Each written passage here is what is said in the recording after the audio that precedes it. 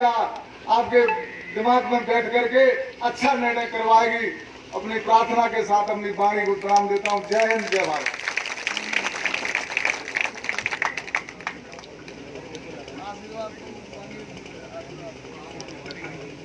बहुत बहुत धन्यवाद आदरणीय विधायक जी।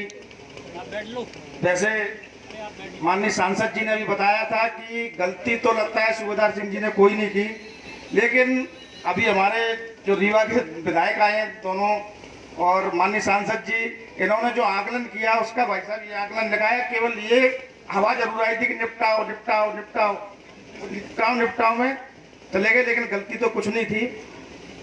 अब मैं जिनके लिए आप बहुत देर से इंतजार कर रहे थे और हम सबके गौरव, जैसा कि माननीय सांसद जी ने भी बताया था, मिश्रा जी ने, कि हमारे यहाँ तो जनता 5 बार सांसद उनको यही बना देती कि क्योंकि केंद्रीय मंत्री है और कृषि मंत्री है। 40% बजट इस देश का माननीय हमारे जो क्षेत्र के सांसद माननीय हमारे मंत्री जी को 40% देश का बजट ग्रामीण मंत्रालय और कृषि मंत्रालय को मिलता है। ऐसी शख्सियत हम सबके बीच में बैठी है। एक बार जोरदार ताली बजाकर उनका स्वागत करें और मैं सम्मान पूर्वक उनसे आग्रह करूंगा कि आए, हम सबको उद्बोधन दें। माननीय सांसद एवं मंत्री नरेंद्र सिंह तोमर जी, ताली बजती रहे जब तक आदरणीय माइक पर नहीं आ जाए।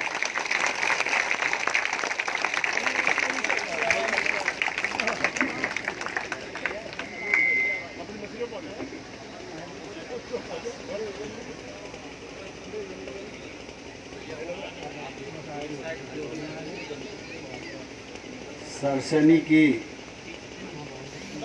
इस सभा में हम सबके मध्य विराजमान हमारे इस क्षेत्र के भारतीय जनता पार्टी के लोकप्रिय और सक्रिय प्रत्याशी आदरणीय सूबेदार सिंह सिकरवार जी, इस चुनाव में आप सबके मध्य भारतीय जनता पार्टी को जिताने के लिए पूरा 1 महीना भर अपना घर छोड़कर ज्वारा के क्षेत्र में चंबल के इस बेड़ में घूम रहे हैं। ऐसे हमारे वरिष्ठ नेता रीवा के सांसद डॉक्टर जनार्दन मिश्रा जी, हमारे रीवा के युवराज और युवा विधायक आदरणीय दिव्यराज सिंह जी, उन्हीं के साथ उसी जिले में सिमरिया से हमारे विधायक केपी त्रिपाठी जी, सभा अध्यक्ष आदरणीय श्री लाखन सिंह जी, इस क्षेत्र के प्रभारी श्योपुर के पूर्व विधायक आदरणीय दुर्गालाल जी, और इस अवसर पर जो बार बार आपको तालियां बजाने के लिए आग्रह कर रहे हैं, ऐसे हमारे संचालक विजय जादौन जी, इस सभा में उपस्थित हमारे प्रीतम सिंह दद्दू, प्रकाश त्यागी जी, बनवारीलाल शुक्ला जी, रणवीर सिंह सिकरोता जी, पंकज जी, महेश जी, राधा मोहन शर्मा जी, अर्जुन त्यागी जी, और इस अवसर पर मौजूद हमारे इस क्षेत्र के सभी बुजुर्गवार और नौजवान भाइयों और उपस्थित सज्जनों, अभी सूबेदार सिंह जी आप सबके बीच में अपनी बात कह रहे थे और उन्होंने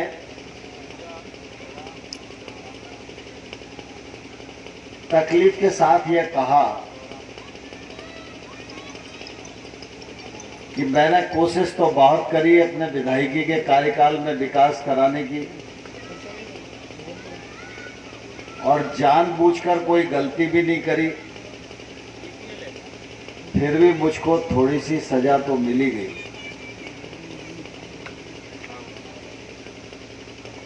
अब यह बात तो सही है, आप सब भी इस बात के साक्षी हैं और मैं भी इस बात का साक्षी हूं कि जौरा विधानसभा क्षेत्र में आज़ादी के बाद चुनाव तो बहुत हुए,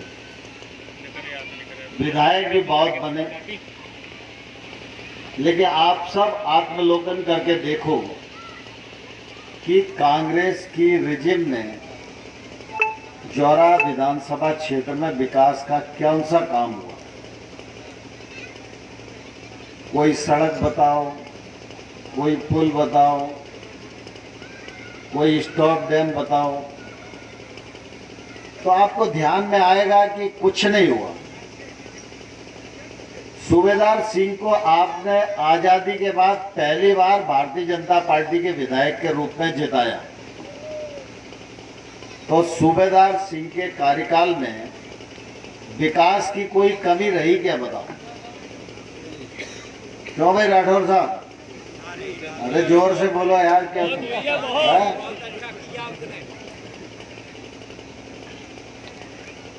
मैं समझता हूं कि जो काम नहीं हो सकता था वो काम भी जिद करके सूबेदार सिंह जी ने कराने का प्रयास किया। अब नहर पर 110 करोड़ की रोड सीमेंट कंक्रीट की बन जाए, इसकी कोई कल्पना करता था क्या, बताओ सही? ये एक सड़क ऐसी है कि अगर ईमानदारी से सोचो तो एक सड़क पर ही 5 चुनाव जिताना चाहिए एक आदमी को। अब ऐसे काम तो मैं बहुत सारे गिना सकता हूं, अटार घाट से लेकर उसैद घाट तक, एक कोने से लेकर दूसरे कोने तक भारतीय जनता पार्टी ने विकास में कोई कसर छोड़ी नहीं। और यह भी सही है कि सूबेदार सिंह से मिलने में किसी को तकलीफ नहीं हुई होगी। और यह भी बात सही है कि कोई ये नहीं कह सकता कि सूबेदार सिंह जी ने पैसा लेकर काम किया। कह सकता है क्या, बताओ? लेकिन फिर भी कुछ ना कुछ तो चूक हुई। क्या हुई वो आप भी नहीं बताते हो और सूबेदार भी नहीं बताते हैं। तो मैं तो अपने अंदाज से ही ऐसा कभी कभी सूबेदार जी को मजाक में कहता रहता हूं, यार तुमको चूक याद नहीं आ रही होगी, लेकिन मुझे ऐसा लगता है कहीं ना कहीं तुमने थोड़ी बहुत कौनी तो मारी होगी।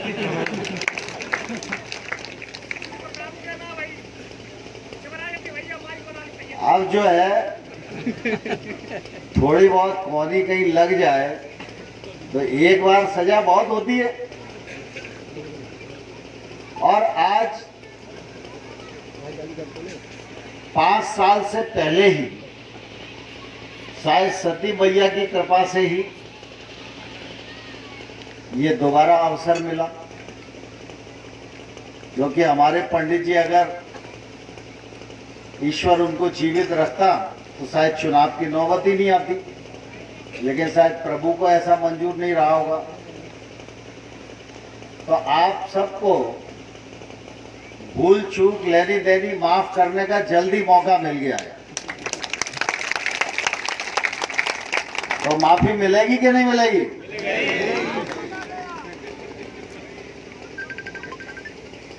जहां तक विकास का सवाल है, तो विकास के मामले में तो मैं इतना ही कहना चाहता हूं कि देखिए, विकास एक निरंतर प्रक्रिया है। जब तक आप जिंदा हो और जब तक भारतीय जनता पार्टी की सरकार है, तो आप मांग करते रहोगे और विकास की झड़ी लगी रहेगी अगर भारतीय जनता पार्टी की सरकार रहेगी। लेकिन जब सरसैनी गांव में हम लोग आए, तभी रिश्तेदारी का गांव है क्या नहीं है? और हमारे पुरखों ने ऐसी व्यवस्था बनाई है कि तोमर डबल रोल में नहीं रहते हैं।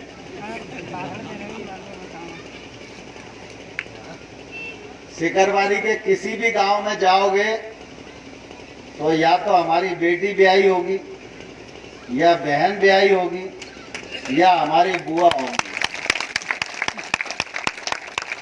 और तोमरों के तो सभी सिकरवार मान्य हैं।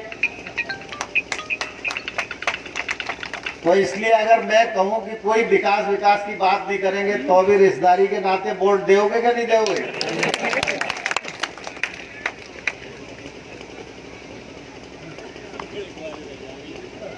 तो सूबेदार सिंह जी हिसाब बराबर हो जाए।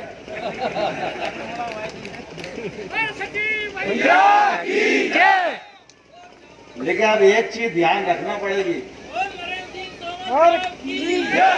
नरेंद्र सिंह तोमर जिंदाबाद जिंदाबाद जिंदाबाद, नरेंद्र सिंह तोमर जिंदाबाद जिंदाबाद जिंदाबाद, मुन्ना भैया जिंदाबाद जिंदाबाद जिंदाबाद, कमल का बेटा जिंदाबाद जिंदाबाद जिंदाबाद।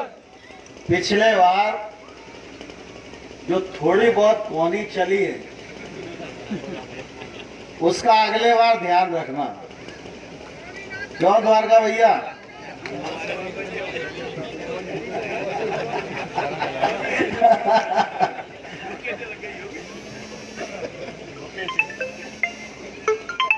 चुनाव जो है 3 नवंबर को है और ये चुनाव हम सब लोगों के लिए, सबके लिए महत्वपूर्ण है। देखिए, आम चुनाव जब होता है तो उस चुनाव की परिस्थिति अलग है। पिछले बार जब चुनाव था तो हम लोग आपके पास आए थे कि भाई भाजपा की सरकार चौथी बार बनाओ। हमने कहा था कि शिवराज सिंह जी को चौथी बार मुख्यमंत्री बनाना है, इसलिए वोट दो। लेकिन इस बार जब चुनाव हो रहा है तो ये बिल्कुल अलग है। बिना आपके वोट दिए तो भाजपा की सरकार बन गई, बिना आपके वोट दिए शिवराज सिंह चौहान दोबारा से मुख्यमंत्री बन गए। अब ये चुनाव जो है मुख्यमंत्री बनाने का नहीं है, ये चुनाव शिवराज सिंह चौहान को आगामी कार्यकाल में मुख्यमंत्री बनाए रखने का चुनाव हो रहा है। और मुख्यमंत्री में तो अंतर अपन को समझ में आता है।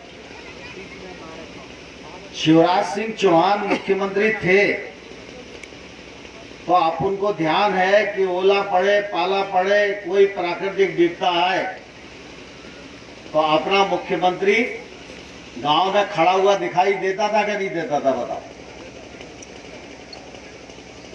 किसान को बिना ब्याज के कर्ज देने का सवाल आए तो कर्ज देता था कि नहीं देता था? गेहूं पे बोनस देने का काम किसी मुख्यमंत्री ने नहीं किया, शिवराज सिंह चौहान ने किया। और जब कांग्रेस की सरकार बन गई तो कमलनाथ जी बन गए। एक आध बार जौरे में आए क्या? अब जौरे में नहीं आए तो सरसैनी में तो सवाल ही नहीं है।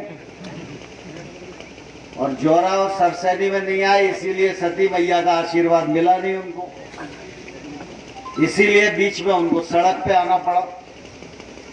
तो कांग्रेस का विकास से, किसान से, गांव से, गरीब से कोई लेना देना नहीं है। लेकिन भारतीय जनता पार्टी चुनाव जीते तो और चुनाव नहीं जीते तो भारतीय जनता पार्टी गांव, गरीब, किसान की ही पार्टी है। और इसलिए जब मुख्यमंत्री भाजपा का होगा तो किसानों के लिए काम होगा, विकास के लिए काम होगा। और देश में अगर प्रधानमंत्री भाजपा का होगा तो ही पीएम किसान सम्मान निधि के 6,000 रुपया खटाखट आपके खाते में आएंगे। और देखो प्रधानमंत्री ने 6,000 दिए, शिवराज सिंह को 6 महीने हुए, तो शिवराज सिंह जी ने 6 में तुरंत 4 जोड़ दिए। अब देश भर में किसानों को 6,000 मिलेंगे, लेकिन मध्य प्रदेश के किसान को 10,000 रुपया साल मिलेगा। अब ये किसान हितैषी पार्टी है कि नहीं बताओ? ऐसे ही कांग्रेस की जब सरकार थी तो देश में प्रधानमंत्री मनमोहन सिंह जी थे। मनमोहन सिंह के समय में कोई आतंकवादी अगर हमारे किसी आदमी को आके मार देता था तो पत्रकार पूछते थे कि भाई प्रधानमंत्री जी, निर्दोष की हत्या हो गई, आप क्या करने वाले हो? तो प्रधानमंत्री जी बोलते थे कि मैं देखता हूं। थोड़े दिन बाद फिर कोई घटना हो जाती थी तो प्रेस के लोग पूछते थे कि प्रधानमंत्री जी अब दोबारा घटना हो गई, अब क्या करोगे? तो प्रधानमंत्री जी कहते थे कि मैं देखूंगा। फिर तीसरी बार घटना हो गई तो प्रधानमंत्री